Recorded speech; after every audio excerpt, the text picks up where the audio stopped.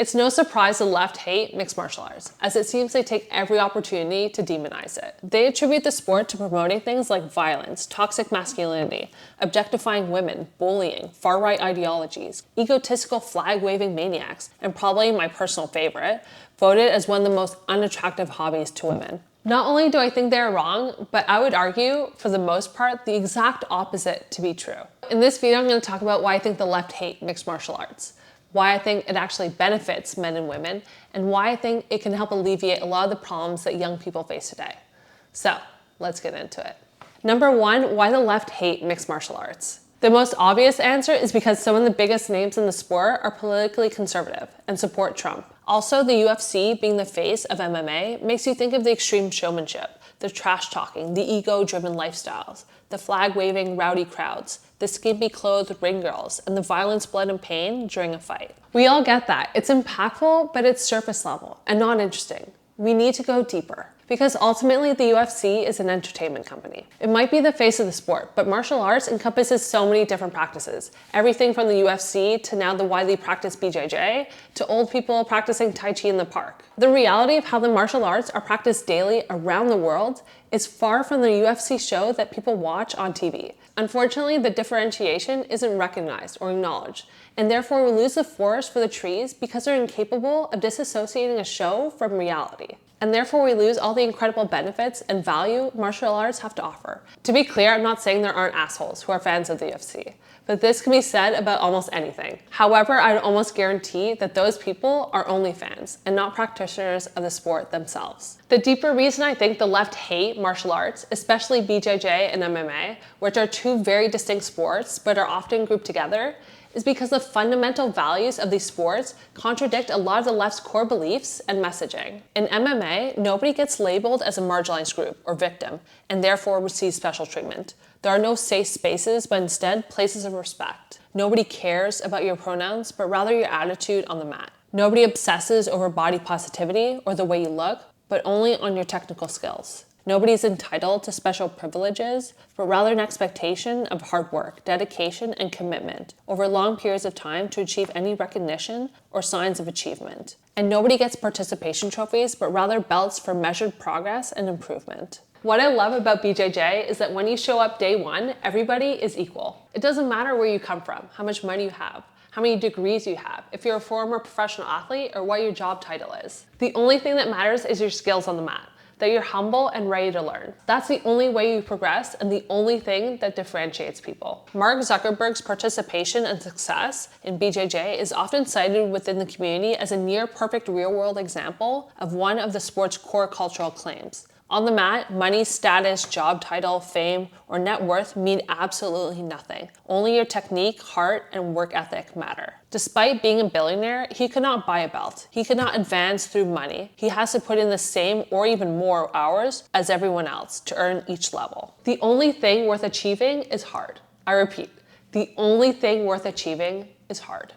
Number two, why MMA benefits men and women. A lot of people want to claim that MMA promotes violence and is radicalizing men and hurting women. Specifically, criticism from left-leaning feminists or progressive voices often link the sport to systemic issues like toxic masculinity, where combat sports glorify dominance and control, potentially leading to domestic violence and violence against women. These frequent criticisms fall to negativity bias, where they link some criminal acts against women to the assumption that MMA/BJJ is a violent sport that reinforces hypermasculine norms that devalue women and normalize aggression. In reality, the number of violent acts against women is small in comparison to the enormous participation base, and BJJ specifically fosters a culture of respect for others, protection of women, and respect for self. I personally know a lot of women who have joined BJJ, not necessarily to compete, but to learn self-defense skills, to build strength and improve their fitness, reduce their stress, gain the confidence required if they ever do encounter a violent situation. Even if a woman does not progress all the way to black belt level skills, she will learn through BJJ that situational awareness and good decisions are the primary defenses for personal safety.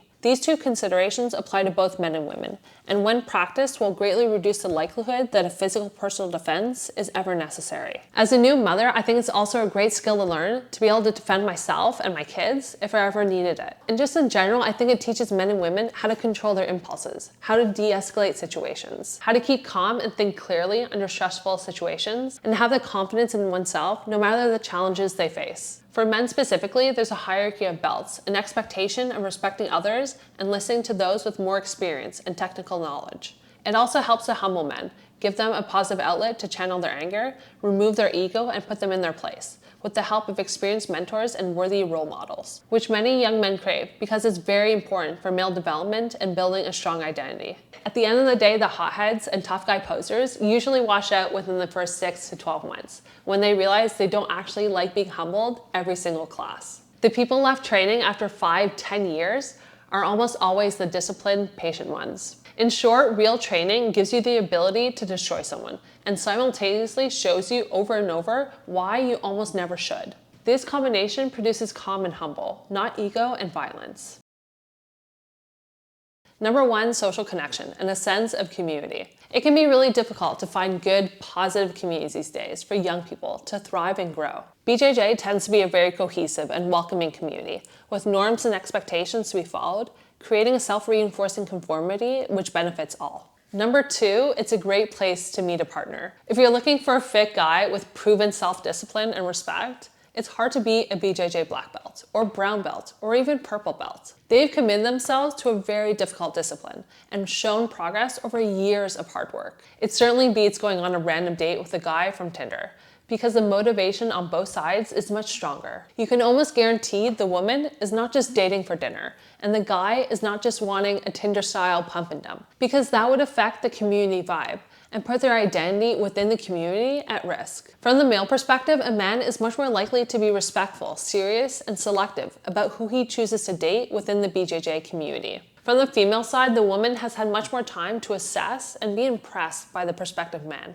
and therefore is much more confident in the quality of his character, the safety of going on a date, and can expect that they have at least some shared interest to keep the conversations going. Number 5, skills that are attractive to a partner. Skills that men gain from BJJ are incredibly attractive to many women. For example, self-defense skills, the ability to control a situation if confronted by the threat of violence, fitness and health, self-respect and a respect for others, discipline, hard work ethic, commitment to a hard skill even when things get difficult or uncomfortable, forming an identity within a community, and a proven ability to hang with other well-respected men. Number 4, sense of purpose. Many young people report lacking a sense of purpose as a key reason for the growing rates of anxiety, depression, and hopelessness. Finding a positive influence that is meaningful and gives us something to care about beyond ourselves is so critical. Many people fill that void with the wrong things. But with BJJ, because of the community, culture, and dedication required to excel, it's a pursuit that's always changing and never truly mastered. Often, the more time and effort you put in, the more you're rewarded,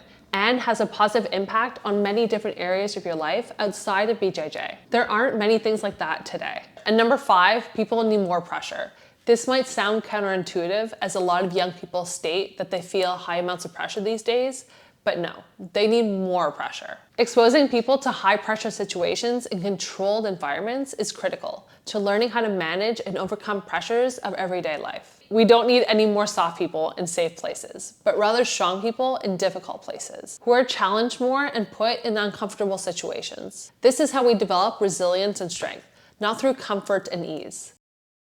To be clear, there's plenty of people on the left who practice some form of martial art who are fans of the UFC. Political beliefs are diverse, and the left encompasses a wide range of perspectives, from feminists and progressives to socialists and anarchists. The negative view of MMA or any martial art isn't supported as a widespread monolithic view, as many moderate left-leaning people do participate or enjoy watching MMA. It is always the loud fringe minority voices that drown out the silent majority. Personally, I find it really unfortunate that certain groups of people demonize sports for attention, and perhaps to make them feel better about their lack of accomplishment.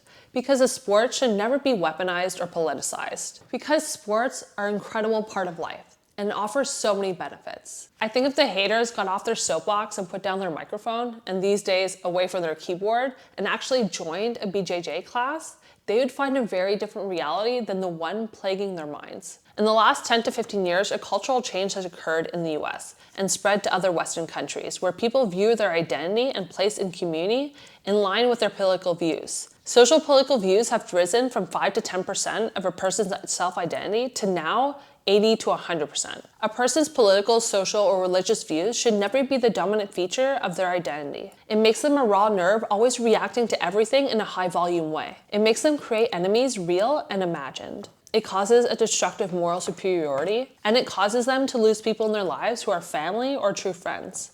BJJ, or another martial art, is at least one place where a person's political identity has no place or value. You tap or you don't. No one cares about your feelings or your backstory on the mat. That's it. And that's it for me on this video. Thank you again so much for watching. If you like the work that I do, please give it a big thumbs up. It really helps the algorithm get out to more people. And subscribe if you haven't already. It means a lot. All right, I'll see you in the next one. Bye.